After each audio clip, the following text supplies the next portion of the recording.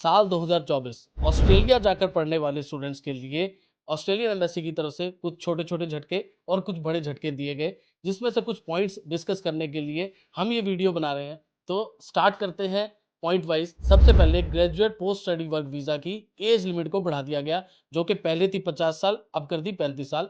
इसमें कुछ एग्जम्पशंस दी गई सिर्फ रिसर्च प्रोग्राम और पीएचडी होल्डर्स के लिए। देन उसके बाद नो वीजा हॉपिंग, वीजा आप अपना चेंज नहीं कर सकते। जैसे टूरिस्ट वीजा से हम वहां पर जाकर स्टडी वीजा कन्वर्ट करवा लेते थे, या फिर टेम्परेरी ग्रेजुएट वीजा लेकर वहां पर जाकर हम स्टडी वीजा कन्वर्ट करवा लेते थे, या फिर मैरीटाइम क्रू मेंबर, ये लोग भी वहां पर जाकर स्टडी वीजा कन्वर्ट करवा सकते थे। अब वीजा कन्वर्जन के ऊपर बिल्कुल रोक लगा दी गई है। तो ये 2 पॉइंट्स हो गए। देन उसके बाद जीटीई को हटाकर जीएसटी ला दिया गया। जीएसटी जेन्युइन स्टूडेंट टेस्ट, जिसके अंदर सिर्फ ये चेक किया जाएगा कि जो स्टूडेंट वहां पर पढ़ने के लिए जा रहा है, क्या वो सच में एकेडमिक गोल के लिए जा रहा है, या फिर वो सिर्फ इस वीजा को काम करने के लिए यूज करेगा। इसके अंदर 3-4 पॉइंट्स आए, जिसमें से फाइनेंशियल रिक्वायरमेंट को बढ़ा दिया गया, जो कि कर दी गई $29,710, जो कि पहले थी $24,505। इसी तरीके से अगर आप अपने स्पाउस या फिर अपने बच्चे को साथ लेकर जाना चाहते हैं, उसकी भी रिक्वायरमेंट्स को बढ़ा दिया।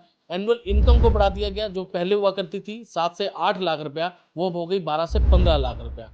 तो इन चेंजेस को चलते बहुत ही स्ट्रिक्ट रूल्स को इंप्लीमेंट किया गया ऑस्ट्रेलियन एम्बेसी की तरफ से। उसके बाद इंग्लिश की रिक्वायरमेंट को, जहां पर आपको 6 बैंड्स की रिक्वायरमेंट थी, वहां पर आपको अब 6.5 बैंड्स की रिक्वायरमेंट है। जहां पर आपको 5.5 बैंड्स की रिक्वायरमेंट थी, वहां आपकी रिक्वायरमेंट को कर दिया गया 6 बैंड। तो इन सब स्ट्रिक्ट रूल्स के इंप्लीमेंटेशन के साथ साथ ऑस्ट्रेलियन हाई कमीशन की तरफ से कुछ गुड न्यूज भी इंडियन नेशनल्स को दी गई, जिसमें से कुछ पॉइंट्स मैं आप लोगों के साथ डिस्कस करना चाहूंगा। जैसे कि मिनिमम वेज को बढ़ाकर $24.10 कर दिया, $23.23 से। मैक्सिमम इंडियन स्टूडेंट्स या इंटरनेशनल स्टूडेंट्स की हम बात करें तो वो मिनिमम वेज के ऊपर ही काम करते हैं, तो उनके लिए मेरे हिसाब से बहुत ही ये एक अच्छी न्यूज है। देन उसके बाद सुपर एनुएशन को भी 0.5% इंक्रीज कर दिया गया। अगर आप पिछला ग्राफ भी चेक करें तो काफी पिछले सालों से 0.5% हर साल इंक्रीज किया जाता है। जिन लोगों को नहीं पता सुपर एनुएशन क्या होती है, it's like a retirement fund, जो आपके रिटायरमेंट के बाद आपको दिया जाता है ऑस्ट्रेलियन गवर्नमेंट की तरफ। देन उसके बाद टैक्स कटिंग को कम कर दिया गया। अगर हम एक ग्राफ चेक करें, जो स्टूडेंट्स पहले $0 से लेकर $18,200 तक कमाते थे, उनको कोई टैक्स नहीं देना था। 18,201 से लेकर $45,000 तक आपका जो टैक्स था वो 19% था, जिसको घटाकर 16% कर दिया गया। तो ये भी मुझे लगता है कि एक बहुत ही अच्छी न्यूज़ है, क्योंकि मैक्सिमम इंटरनेशनल स्टूडेंट्स इससे ज़्यादा अर्निंग नहीं कर पाता। तो ये भी काफ़ी कम कर दिया गया आपका स्लैब। उसके बाद आ जाता है टेम्परेरी ग्रेजुएट, आपका जो टाइम पीरियड है वर्क परमिट का, उसमें भी कुछ चेंजेस किए गए हैं। जैसे वोकेशनल कोर्स के बाद आपको 18 महीने का वर्क परमिट मिलेगा, जो कि पहले नहीं मिलता था।